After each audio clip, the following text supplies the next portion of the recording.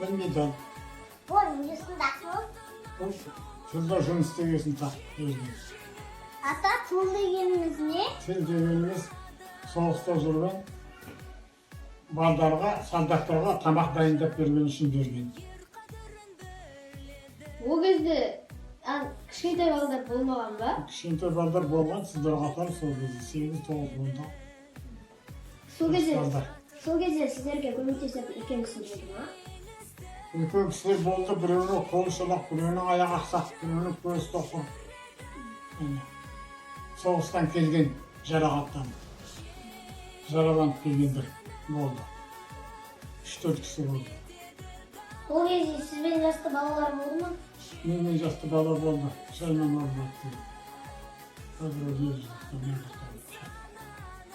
Сол егінді сіздер қаяққа ектіңіздер? біз егісті бізде Айчанағаш деген жеріне ектік.